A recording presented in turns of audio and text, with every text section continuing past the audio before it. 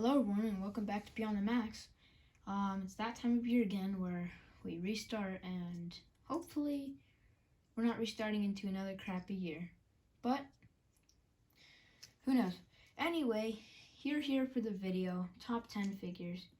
I was going to make a top 10 worst figures, or at least top 5, but even though I did collect a lot of figures this year, my criteria for those kind of figures is that they have to be released. They have to be released within the year for it to be valid, because I feel like getting a figure, by the time I get an old figure, recent, such as Thrilling 30's Fall of Cybertron Skywarp, I definitely want to put that guy on here, but I found him on eBay for a good price, which is probably not very easy to find.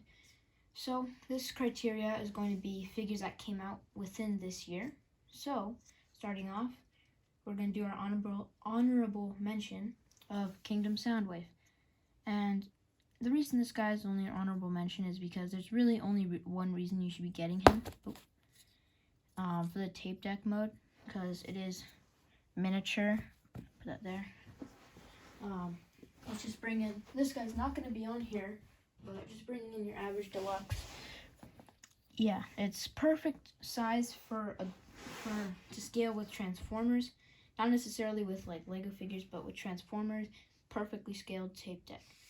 And it's pretty cool because obviously it has Laserbeak in here, and the transformation is simplified to perfection from the Netflix Soundwave, which is very blocky in the shins, while this one is pretty decent in proportion. So that was the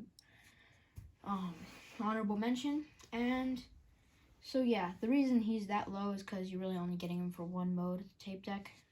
Now on to number 10. This is the only tie here. This is the only tie. We have the Paleotrex mold,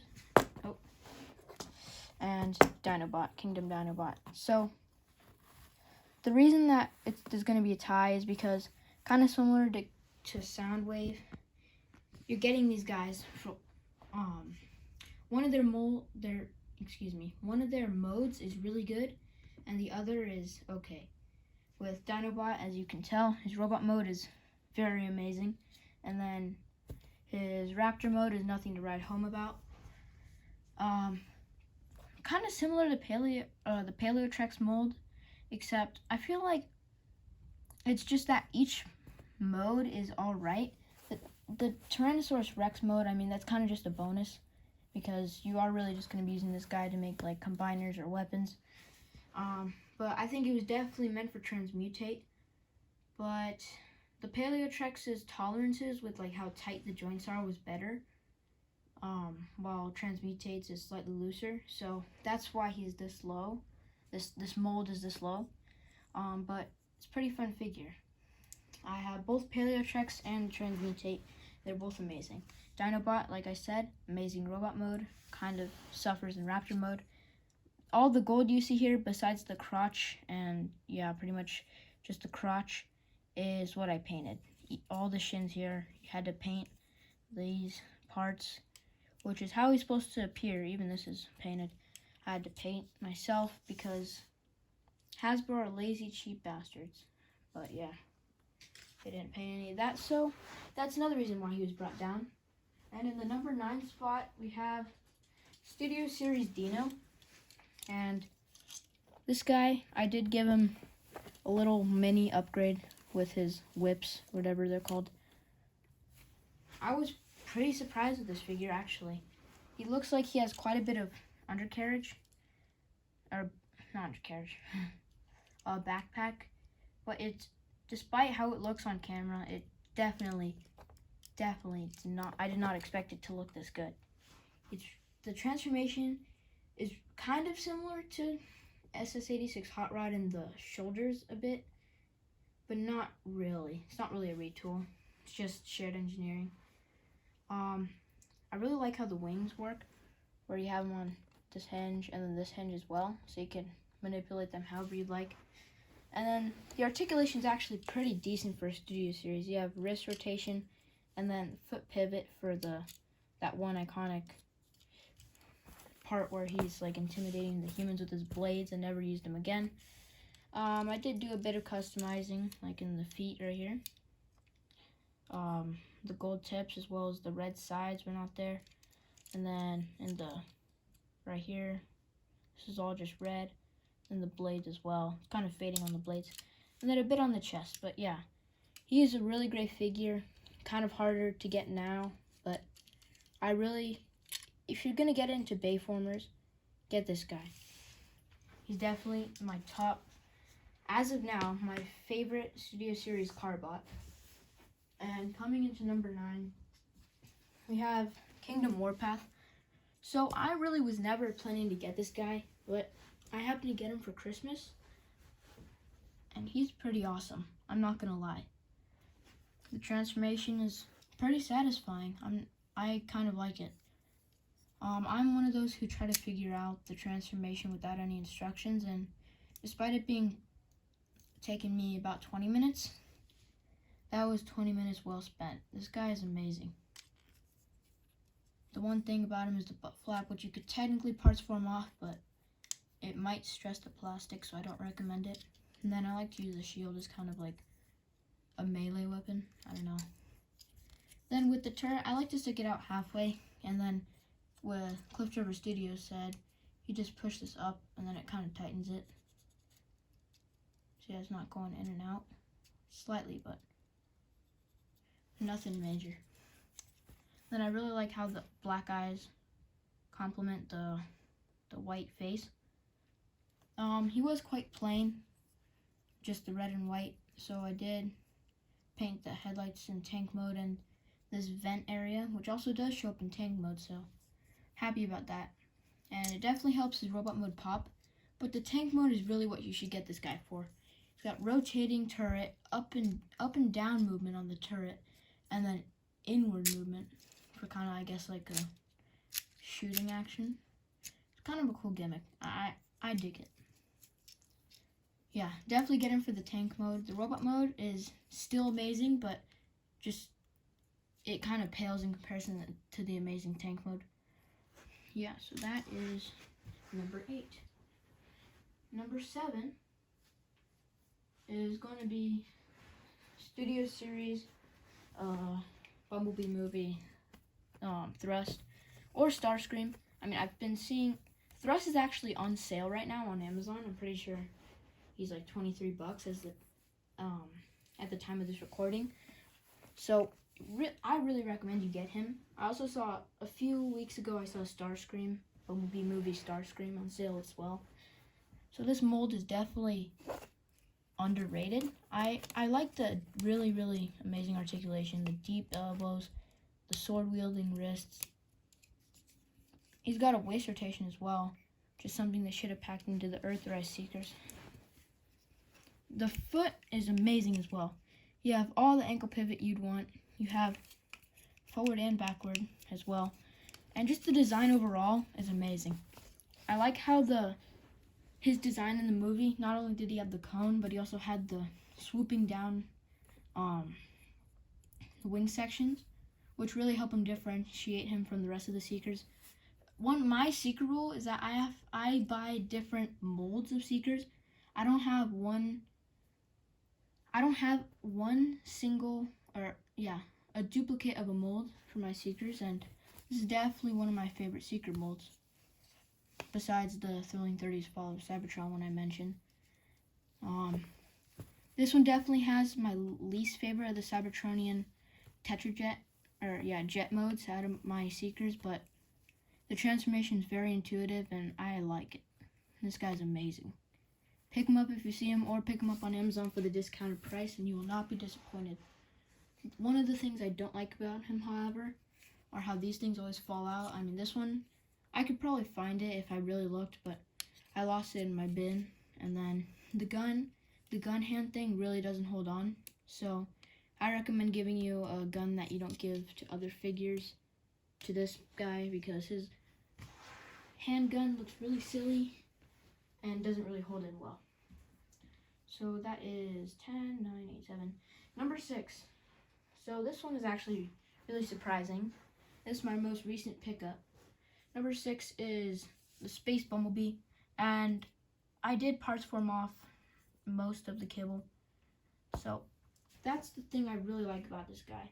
It's optional parts forming. It's not required like it is for the Cliff Jumper mold, which I do have the Bumblebee from the 4-pack, the Worlds Collide pack, and he pales in comparison to this. This one's articulation is amazing. It is completely revolutionary. I mean, his typical Baldron head, but really good range up.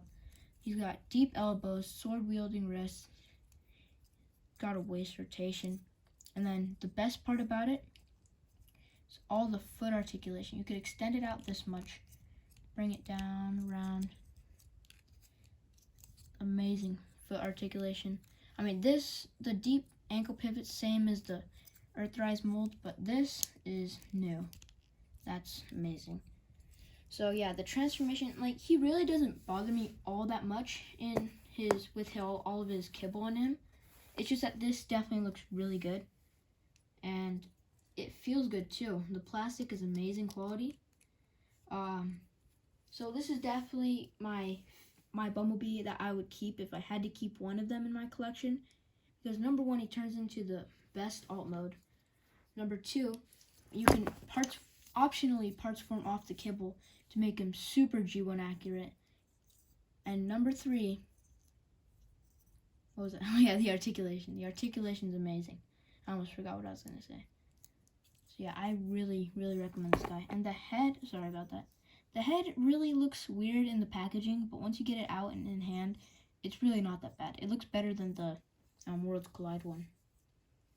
And I really like this yellow. It's not like the really bright yellow of the Worlds Collide or the really saturated orangey yellow of the Netflix one. This one's like the perfect yellow. And then I also like how they incorporated the feet. The transformation is really amazing. They incorporate pretty much everything. The crotch, the side of the feet, they include the chest. It's amazing. Pick him up.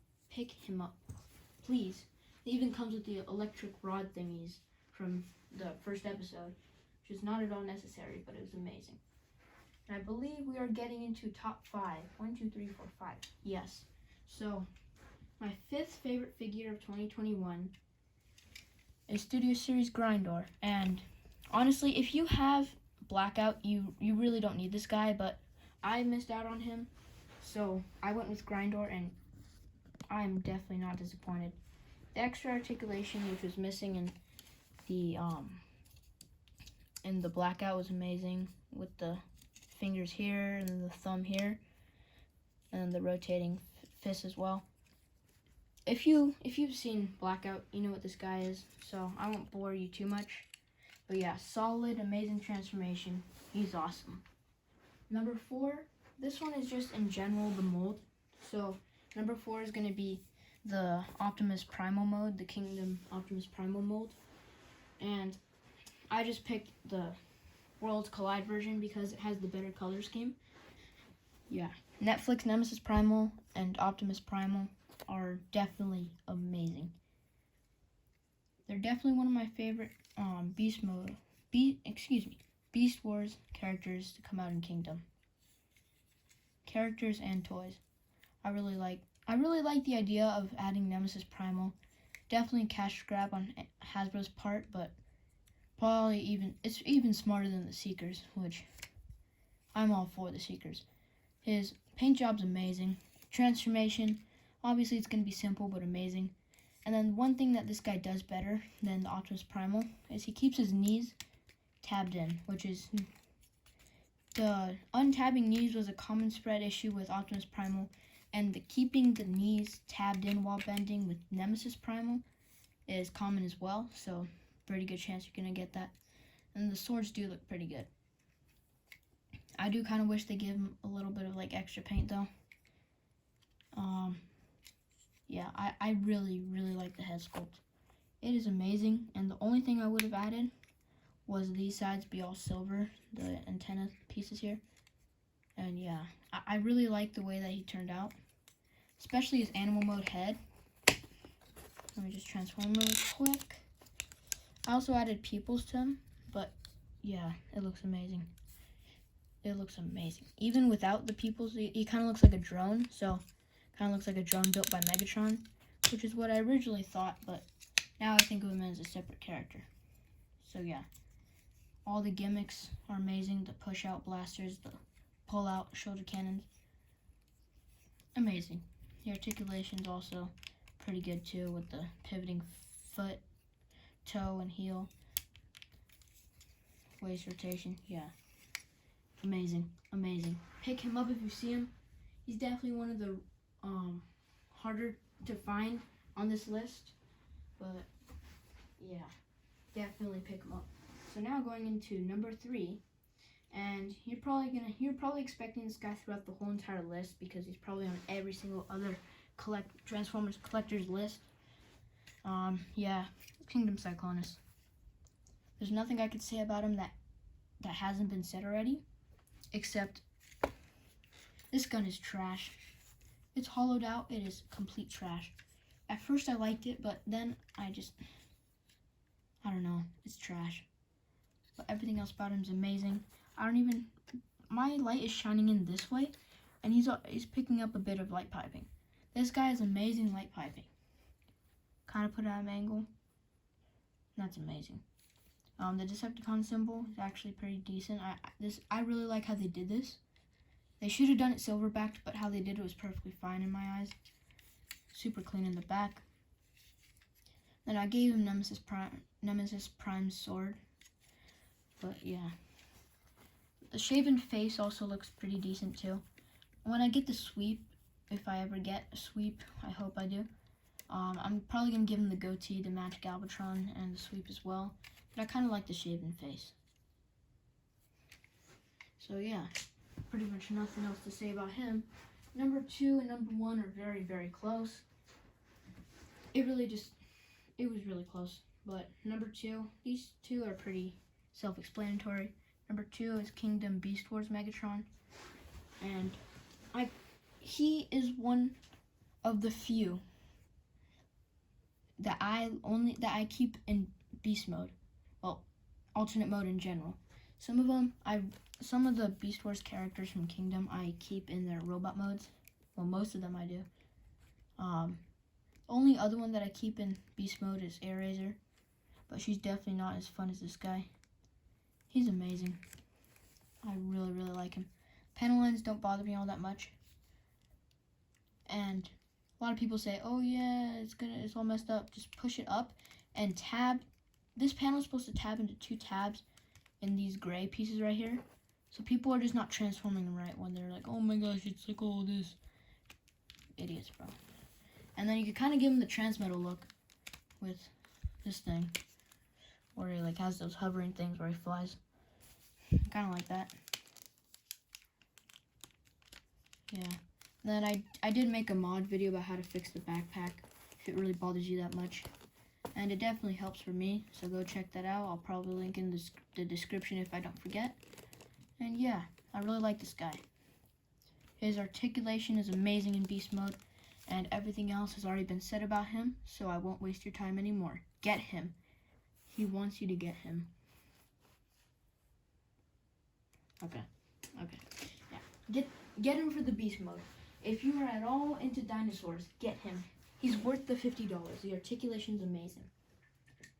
Now, number 1, who is probably, I'd say, worth $100 if I had the choice to get him for $100, is Kingdom Galvatron. And I've got to say, he's probably one of the most flawed figures of my top 10, although all those flaws are just blown away by this. One of the flaws that are out of the way, though, are the shoulders. So I believe that if you order him, right now, the shoulders would be fixed, because mine came fixed out of the box, probably because it's one of the older ones. They fixed it after, like, the first batch of them. But yeah, if you don't like the schmutz, wait for the Legacy one to come out. Yeah, he's amazing. I gave him his beard and the little red things on the top of his pylons, but other than that, I haven't really done much to him yet, because he just looks that damn good. His transformation was actually really, really fun. I was expecting it to be some weird bullcrap, but it's actually pretty decent. And the cannon mode is amazing. I am so happy with how the cannon mode turned out. And then, talking about cannons, his forearm cannon is way too big. I like to keep it on the taller port, but yeah, the higher up port, but then when you bend his elbow, it doesn't work. So this is usually for just displaying, or like if he's just standing there trying to be imposing. Because if you put it on his forearm peg, it literally is almost touching the ground. I can't even put my finger under there. It looks so ridiculous, but it does work when he's bending his elbow. Another thing I kind of like is how the treads kind of tab into the pins back here, the pinholes. You like tab them in. Even though that does lock the bicep rotation, it makes it feel kind of complete while it's not just like this. But yeah, so if you want to rotate the bicep, you'll have to untab it. But yeah, phenomenal figure. Get him, please. If you're at all into G1, get him. I originally was not going to get him because I thought, no, I'm not double dipping. I'm not double dipping on characters that just turn into other characters. Nah, I'm just getting one Skywarp, one Thundercracker, and one Megatron. That's it. But dude, that was the worst judgment I've ever had. Either that or me deciding not to collect Beast Wars at the beginning of Kingdom and then watching the show and then I'm like, alright, let's collect Beast Wars. I'm so happy I got this guy and my Beast Wars characters. Alright. So, worth the money out of all of them, if you were to get one for the money, get Buzzworthy Bumblebee, Space Bumblebee. He has all the accessories. He has a bunch of kibble on him, which I personally find as really good because it helps him with the heft, and it really just doesn't look that bad on him. I just personally like to take it off. Yeah, get him, please. If you're gonna get one of these guys with like the remaining of your money that you haven't already spent on Christmas stuff, get Buzzworthy Bumblebee. If you have more, get Galvatron, get Megatron. If you don't have them, get Cyclonus. So yeah, I really hope you guys have a happy new year. And I'll see you next year. Peace.